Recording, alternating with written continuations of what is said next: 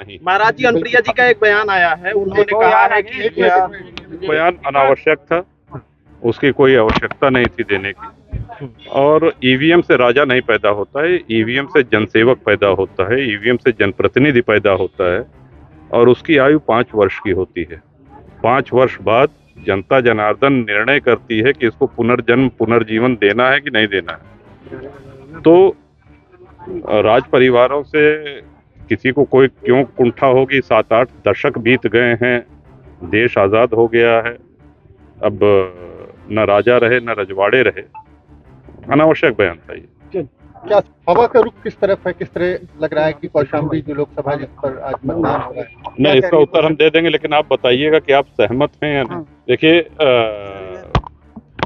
जो प्रत्याशी हैं, मौजूदा सिटिंग एमपी हैं, उनके खिलाफ एंटी इनकम्बेंसी है। नमस्कार, आप देख रहे हैं SPN 9 news. Mirzapur Lok Sabha seat से हैट्रिक की आस में उतरी भाजपा अपना दल सोनेलाल की संयुक्त उम्मीदवार अनुप्रिया पटेल जातीय चक्रव्यूह में फंसती नजर आ रही है।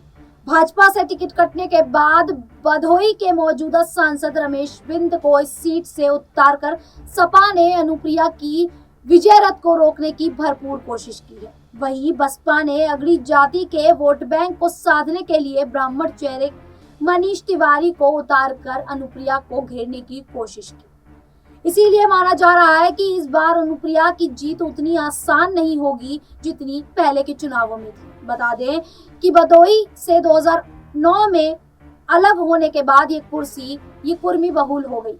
इससे यहाँ का जातीय समीकरण अपना दल सोनेलाल के लिए मुफीद रहा। इसी समीकरण को देखते हुए ही भाजपा ने 2014 में ही मिर्जापुर सीट को सहयोगी अपना दल सोनेलाल के खाते में दे दिया है। 2014 व 2019 के चुनाव में मोदी योगी के नाम पर जनता ने जातीय दीवार को दरका कर अनुप्रिया को जिताया था, पर इस बार सपा कांग्रेस गठबंधन ने बिंद जाति का उम्मीदवार उतारकर लड़ाई को दिलचस्प बना दिया है।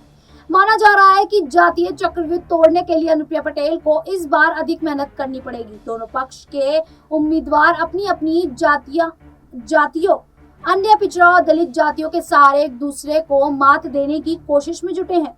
हालांकि केंद्र और राज्य सरकारों की कल्याणकारी योजना की वजह से तैयार हुए लाभार्थी वर्ग का बल अनुप्रिया को थोड़ा राहत दे सकता है। अब मतदान के कुछ ही दिन बचे हैं। पीएम नरेंद्र मोदी, मुख्यमंत्री योगी आदित्यनाथ और विपक्ष के अधिकांश बड़े नेताओं की सभा व रोड शो हो चुके हैं। इसीलिए चुनावी तस्वीर लगभग सामने आ चुकी है। चुनावी जंग अनुप्रिया और रमेश बिंद के बीच सिमटती दिख रही है।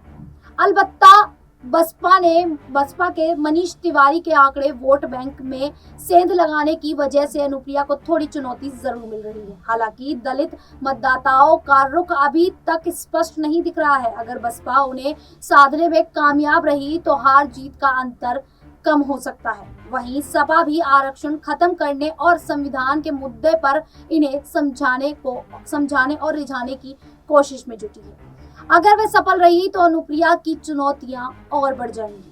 पिछले दिनों अनुप्रिया का कुंडा के विधायक रघुराज प्रताप सिंह उर्फ राजा भैया के खिलाफ दिए गए बयान के बाद उनके समर्थकों की नाराजगी भी अनुप्रिया के सामने चुनौती पेश कर सकती है। इस सीट पर क्षत्रियों की भी संख्या अच्छी खासी है। भाजपा का काडर वोट बैंक होने के नाते पिछले 2 चुनावों में क्षत्रिय अनुप्रिया के साथ ही रहे, लेकिन ताजा सियासी बयानबाजी के चलते उनमें थोड़ी नाराजगी दिख रही है। बता दें, मिर्जापुर लोकसभा क्षेत्र में भी विकास का मुद्दा गर्म है। सत्ता पक्ष जहां तमाम विकास के आंकड़े पेश करके जनता को समझाने की कोशिश कर रहा है, वहीं विपक्ष कालीन, पीतल और चुनार के मशहूर पोल्ट्री उद्योग के चौपट होने का मुद्दा उठा रहा है। चुनार के पोल्ट्री व्यवसाय राघव प्रसाद कहते हैं, किसी भी राजनीतिक दल और नेता ने यहाँ के समुचित विकास की ओर ध्यान नहीं दिया। छोटे मोटे उद्योग जो थे भी वो आज बंद होने की कगार पर हैं। राम सकल प्रजापति कहते हैं, इसके लिए अनुप्रिया पटेल ने कई बार कोशिशें तो की पर रंग नहीं ला सकी। हाईवे को छोड़ दिया जाए तो ग्रामीण क्षेत्र की सड़कों की हालत खस्ता है। लोकसभा क्षेत्र में विपक्ष भले ही विकास नहीं होने के मुद्दे को गरमा रहा हो, लेकिन सत्ता पक्ष के शिक्षा के क्षेत्र में किए गए कई कार्यों की चर्चा आमजन में है। मिर्जापुर सदर के शिक्षक त्रिभुवन सिंह का कहना है कि पहली बार जिले में मेडिकल कॉलेज, इंजीनियरिंग कॉलेज और केंद्रीय विद्यालय शुरू हुए।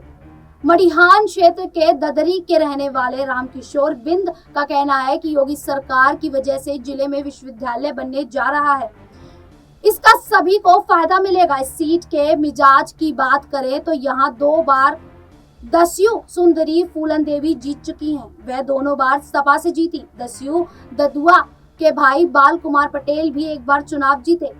1952 से लेकर अब तक यहाँ पर 7 बार कांग्रेस, 4 बार सपा जीती। वहीं बसपा, भाजपा व अपना दल सोनेलाल ने 2-2 बार, भारतीय जनसंघ जनता पार्टी और जनता दल ने 1-1 बार जीत दर्ज की। लोकसभा क्षेत्र की सभी 5 विधानसभा सीटों पर एनडीए का कब्जा है। 2022 के विधानसभा चुनाव में मिर्जापुर सदर, चुनार और मडिहार में भगवा परचम फहराया। वहीं मझवा से निषाद पार्टी और 96 सीट अपना दल सोनेलाल के खाते में है। इसीलिए चुनावी समीकरण को अपने पक्ष में करने के लिए अपना दल सोनेलाल को कम और सपा को अधिक मेहनत करनी पड़ रही है। अनुप्रिया पटेल ने 2019 के लोकसभा चुनाव में 53.34% वोट शेयर हासिल कर 2,32,008 वोटों के अंतर से जीत हासिल की थी। अनुप्रिया को 5,91,564 वोट मिले थे, तो सपा के रामचंद्र निषाद को 3,59,556 वोट मिले थे, जबकि कांग्रेस के ललितेश पति त्रिपाठी को महज 91,501 वोटों से ही संतोष करना पड़ा था। बता दें कि केंद्र और प्रदेश सरकार की योजनाओं के भरोसे मैदान में उतरी अनुप्रिया के विकास के दावे पर भी सवाल उठ रहे हैं। हालिया विकास खंड में सड़क और पेयजल की समस्या बरकरार है। हालिया के कमिश्नर सुदर्शन कौशलेंद्र का कहना है कि जो काम जनप्रतिनिधि नहीं कर सके उसे तत्कालीन जिलाधिकारी दिव्या मित्तल ने कर दिखाया। पहली बार लहुरिया दह में लोगों को नल से जल मिला। कौशलेंद्र का आरोप है कि इसका फीता काटने का मौका नहीं मिलने पर रंजिश जिलाधिकारी को हटवा कर वोटिंग में डलवा दिया। आपको बता दें कि इतना ही नहीं, पेयजल की आपूर्ति करने वाली पाइपलाइन को तोड़ दिया गया। इस सबसे जनता के अरमानों पर मिट्टी डालने का काम किया गया, जिसे लोग भूले नहीं हैं। अब देखना होगा कि अनुप्रिया पटेल इन सभी उठ रहे मुद्दों से अपने आप को बचाकर क्या सपा के मुखिया अखिलेश यादव को 2014 और 2019 की तरह इस बार भी मात दे पाएंगी भी, या फिर इस बार अखिलेश यादव बाजी मार ले जाएंगे। क्योंकि जब अनुप्रिया पटेल से अखिलेश यादव के बयान पर सवाल किया गया कि यूपी में 79 सीटों पर इंडिया गठबंधन जीतने वाला है, तो उन्होंने कहा कि 4 जून को दूध का दूध, पानी का पानी हो जाएगा। इस बार इंडिया गठबंधन का सुपड़ा साफ हो जाएगा। एनडीए 2014-2019 से भी बड़े जनादेश के साथ तीसरी बार देश में सरकार बनाएगा।